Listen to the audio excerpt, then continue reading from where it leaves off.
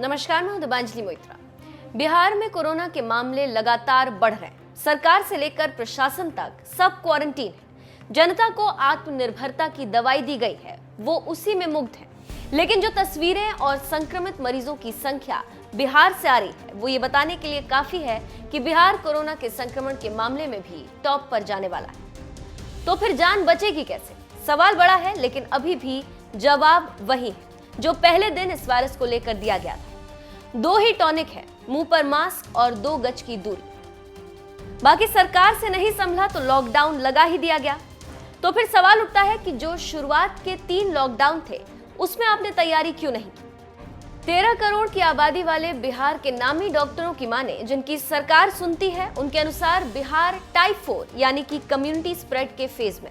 लेकिन मानना है कि बिहार सरकार या भारत सरकार या आईसीएमआर इसे मानेगी ही नहीं। खैर ना माने, लेकिन अस्पताल से लेकर टेस्टिंग तक की सुविधा तो बढ़ाए।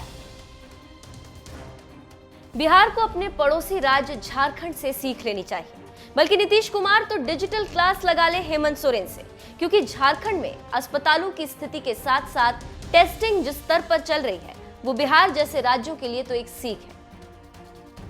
लेकिन नीतीश कुमार ईगो बाबू है और ठान कर बैठे हैं कि बस चुनाव वाली बात जाननी और समझनी है। कोरोना से जो होना है सो हो। किसी से सीख ले या जान ले, ये तो नहीं लगता, लेकिन लगता है कि उन्हें देश के गृह मंत्री से जरूर मदद मांगनी चाहिए। याद करिए, जब कोलकाता से 300 की संख्या आ रही थी, तो पूरा केंद्रीय कुनबा कैसे शोर मचाता हुआ बंगाल और ममता दीदी तक पहुंच गया था। लेकिन आज देख लीजिए, किसकी मजाल जो कोरोना पर नीतीश कुमार को घेर ले। सांसद से लेकर केंद्र सरकार को तीर का डर ऐसा सता रहा है कि छोड़ दिया है सब कुछ भगवान भरोसे। भागलपुर के शख्स की मौत की खबर नहीं देखे थे तो देख लीजिए।